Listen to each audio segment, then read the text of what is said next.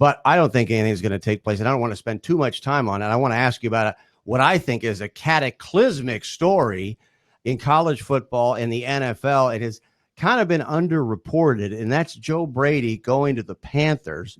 What is LSU going to do in the aftermath of that situation? And what played out there? I mean, what did LSU, I know they re-signed him to an extension, but how did that play out? Well, look, I think after the Texas game, Scott Woodward, who's the new athletics director down here, recognized that they're going to be in a bidding war pretty quick on Brady. Once the LSU offense was deemed legitimate, that they were going to be for real in 2019, Brady was going to be a name that was going to pop up. So Woodward and the LSU brass did a really good job of getting out in front of it. And from all reports, I think that he had a 3-year extension on an average, about a 1.6 average per year. I think it was 1.5, 1.6, 1.8 was the compensation over the 3-year period. And by all accounts, he had verbally agreed to that. And then last week was the first time during the national championship media days was the first time that he had talked about wanting to be at LSU long term and was hoping that he could do that. Now the reports had surfaced that the NFL was very much interested in him.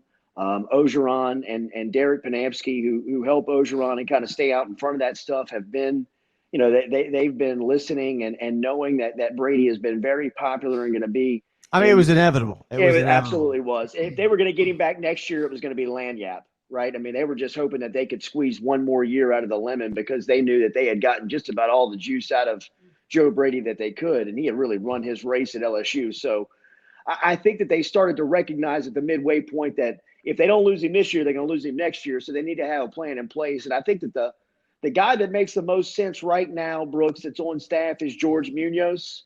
He's been at University of Louisiana Lafayette the last 10 years coaching the quarterbacks. He spent 1 year as the offensive coordinator. He's worked with the passing game down there. But if you watch LSU football and you're paying attention to the sideline, every time you see Orgeron on the sideline, there's a guy right behind him in a white baseball cap and an LSU shirt that's right over his right shoulder, and that's Munoz. I mean, he trusts him in the sense of he's almost the game manager. He allows him to kind of run the game as far as the timeouts and running the ball. He's kind of the guy that feeds him that information, but he's also a guy that was very instrumental in recruiting offensive players, and he's been in Joe Brady's hip since the day that he got here. So I think that go ahead.